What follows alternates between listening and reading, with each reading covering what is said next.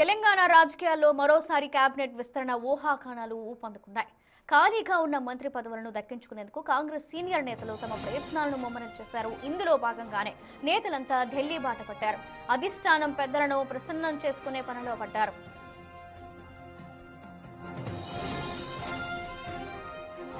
ముఖ్యంగా రంగారెడ్డి జిల్లా నుంచి పరిగి ఎమ్మెల్యే రామ్మోహన్ రెడ్డి నిన్న తన కుటుంబ సమేతంగా కాంగ్రెస్ అగ్రనేత రాహుల్ గాంధీని కలిశారు. 3 తరాలుగా కాంగ్రెస్ పార్టీకి తమ కుటుంబం చేసిన సేవలను, విధేయతను గుర్తు చేస్తూ తనకు మంత్రివర్గంలో అవకాశం కల్పించాలని వినతి పత్రం సమర్పించారు. దీనిపై రాహుల్ గాంధీ కూడా సానుకూలంగా స్పందించినట్లు తెలుస్తుంది. అలాగే మరోవైపు రంగారెడ్డి జిల్లా నుంచి సీనియర్ నేత మల్రెడ్డి రంగారెడ్డి, అలాగే మునుగోడు ఎమ్మెల్యే కోమటిరెడ్డి రాజగోపాల్ రెడ్డి కూడా మంత్రి పదవి రేసులో గట్టిగా ప్రయత్నాలు చేస్తున్నారు. ప్రభుత్వ విప్ ఆది శ్రీనివాస్ పేరు కూడా ఈ రేసులో ప్రధానంగా వినిపిస్తోంది.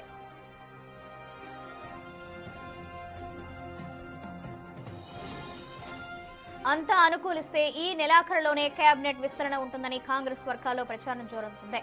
మరి సీఎం రేవంత్ రెడ్డి కాంగ్రెస్ అధిష్టానం ఎవరికి గ్రీన్ సిగ్నల్ ఇస్తారనేది ఇప్పుడు ఉత్కంఠ రేపుతోంది.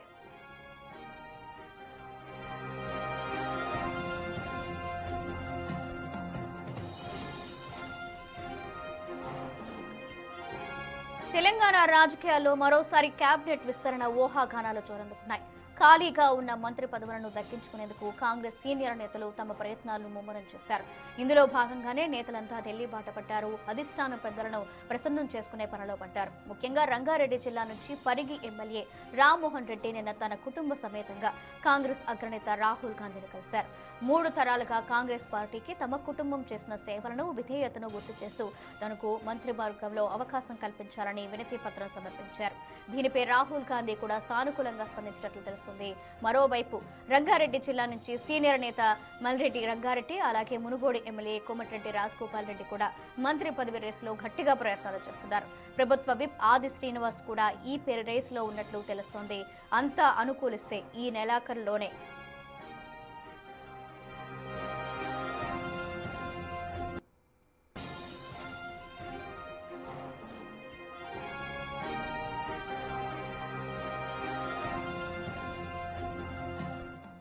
రైట్. ఈ విషయానికి సంబంధించి మరింత సమాచారం ఢిల్లీ నుంచి శివ అందిస్తారు. శివ,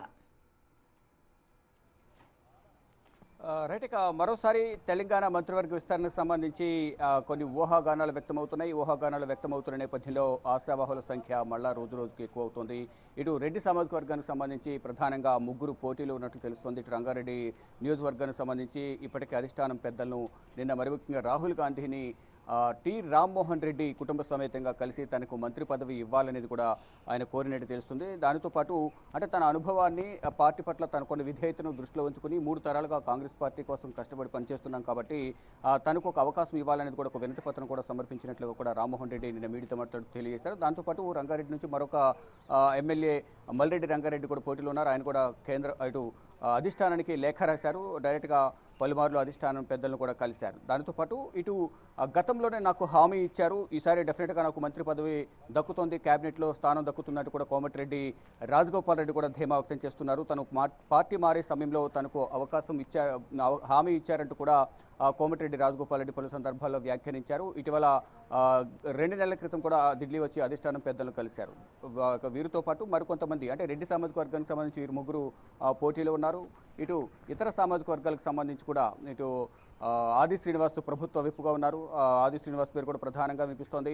మరోవైపు ఇటు లంబాడి సామాజిక వర్గానికి సంబంధించిన కూడా కొంతమంది పేర్లు తెర మీదకి వస్తున్నాయి. ఇటు ఎస్టీ సామాజిక వర్గానికి సంబంధించి కానీ ఇలా అనేక మంది పేర్లు తెర మీదకి వస్తున్నప్పటికీ కూడా ఆశావాహులు ఉత్కంఠగా ఎదురు చూస్తున్నారు. గత 6-7 నెలలుగా మంత్రివర్గ విస్తరణ ఈ రోజు ఉంటుంది, రేపు ఉంటుంది, ఈ నెల రేపు అనేది ప్రధానంగా ప్రచారం జరిగింది. కానీ ఢిల్లీ వచ్చిన ప్రతి సందర్భంలో సీఎం రేవంత్ రెడ్డి అధిష్టానం పెద్దలను కలిసి మంత్రివర్గ విస్తరణ గురించి చర్చిస్తున్నారు. ఈసారి కన్ఫర్మ్ కాబోతుంది తనకు అంటూ కూడా వారి అనుచర వర్గం కానీ ఎవరైతే ఆశావాహులు ఉన్నారో వారందరూ కూడా ఉత్కంఠగా ఎదురు చూస్తున్నారు. కానీ ఇప్పటి వరకు ఎటువంటి నిర్ణయం తీసుకోలేదు. కానీ ఈ నెలలో డెఫినెట్గా మంత్రివర్గ విస్తరణ ఉండబోతోంది, మాకు అవకాశం దక్కబోతుంది అనేది కూడా కొంతమంది అయితే ధీమా వ్యక్తం చేస్తున్న పరిస్థితి కనిపిస్తుంది. దానిలో భాగంగానే అధిష్టానం పెద్దలను ప్రసన్నం చేసుకునేందుకు ఢిల్లీ వచ్చి ఇటు రాహుల్ గాంధీ, మల్లికార్జున ఖర్గే, కేసీ వేణుగోపాల్ను కలిసి తమకు మంత్రి పదవి ఎందుకు ఇవ్వాలో వివరాలు వెల్లడిస్తూ పార్టీ కోసం కష్టపడి పనిచేస్తాం కాబట్టి మనకు అవకాశం ఇవ్వాలనేది కూడా ఇటు కాంగ్రెస్ పార్టీకి సంబంధించిన సీనియర్ నేతలు చెప్తున్నారు. ఇప్పుడు మాకు అవకాశం ఇవ్వడం ద్వారా మంత్రివర్గంలో మరింత బాగా పనిచేసి పార్టీ బలోపేతానికి కృషి చేస్తాం. నెక్స్ట్ మళ్ళీ 2029లో వచ్చే ఎన్నికల్లో కూడా మళ్ళీ కాంగ్రెస్ పార్టీని అధికారులకు తీసుకొస్తామనేది కూడా కాంగ్రెస్ పార్టీ సీనియర్ నేతలు చెప్తున్నారు. ఆ జాబితాలో ఉన్న సీనియర్ నేత టి రామ్మోహన్ రెడ్డి ప్రజెంట్ మనతో ఉన్నారు. నిన్న కుటుంబ సమేతంగా భార్య పిల్లలతో కలిసి రాహుల్ గాంధీని కలిశారు. తనకు మంత్రి పదవి ఇవ్వాలని కూడా ఆయన విన్నవించారు, వినతి పత్రం సమర్పించారు. రాహుల్ గాంధీతో అసలు ఏం మాట్లాడారనేది వారు మాట్లాడి చూస్తున్నారు. రామ్మోహన్ రెడ్డి గారు, మీరు నిన్న రాహుల్ గాంధీని కలిశారు, అసలు ఏం చర్చించారు? నాతో సహా లెక్క పెడితే 3వ తరం, నా కొడుకుతో సహా లెక్క పెడితే పిసిసి మెంబర్గా ఖర్గే గారి ఎన్నికల్లో కూడా తను ఓటేయడం జరిగింది. డాక్టర్ రితిక్ రెడ్డి 4వ తరం. మేము కాంగ్రెస్ పార్టీకి విధేయులుగా ఉన్నాం. భవిష్యత్తులో కూడా కాంగ్రెస్ పార్టీ విధేయులుగా ఉంటామని గట్టిగా చెప్పే వాళ్ళలో నేను ఒకని. మా రంగారెడ్డి జిల్లా అన్నది ఈరోజు తెలంగాణ రాష్ట్రంలో ఆల్మోస్ట్ ఒక 4-5 సంవత్సరాలు అయితే సగభాగం అయిపోతుంది. తెలంగాణ రాష్ట్రంలోనే సగభాగం జనాభా మా రంగారెడ్డి జిల్లాకు వస్తుంది. మేము హైదరాబాద్ జిల్లా వాస్తవ్యులం. నా చిన్నప్పుడు శివారెడ్డిపల్లి మా గ్రామం, పరిగి తాలూకా, హైదరాబాద్ జిల్లా అని రాసేవాడిని.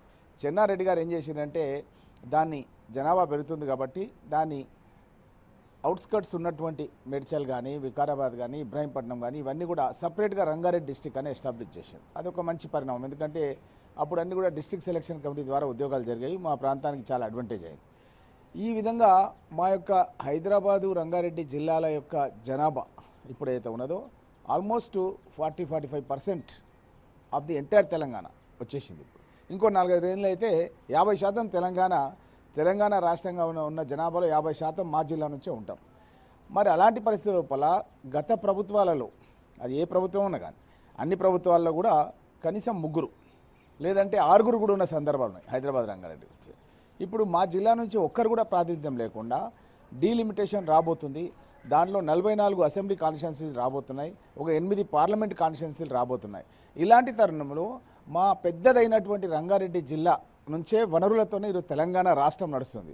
అలాంటప్పుడు తెలంగాణ రాష్ట్రంలో ఇన్ని అసెంబ్లీ సీట్స్, పార్లమెంట్ సీట్స్ గెలిపించాలంటే ఖచ్చితంగా ఈ ప్రాంతంలో ఒక మంచి ప్రభావితం కలిగినటువంటి నాయకుడు మినిస్టర్గా ఉంటే వచ్చే ఎన్నికల లోపల కాంగ్రెస్ పార్టీ అధికారంలో రావడానికి కూడా చాలా సానుకూలంగా ఉంటుంది. నేను ఒక పిహెచ్డి ఉస్మానియా యూనివర్సిటీ నుంచి చదివాను. నేను డాక్టరేట్ పొందడం జరిగింది. నాది ఎంబీఏ చదవడం జరిగింది. కాబట్టి నేను అన్ని రకాలుగా అర్బన్ పాలిటిక్స్కి కూడా నేను సూటబుల్గా ఉంటాను. ఎందుకంటే అర్బన్లో చాలామంది సెటిలర్స్ ఉంటారు, ఇతర రాష్ట్రాల నుంచి వచ్చిన వాళ్ళు ఉంటారు, డిఫరెంట్ లాంగ్వేజెస్ వాళ్ళతో మాట్లాడాల్సి వస్తుంది. కార్పొరేట్ కల్చర్ కూడా సిటీ సరౌండింగ్లో ఎక్కువ ఉంటుంది.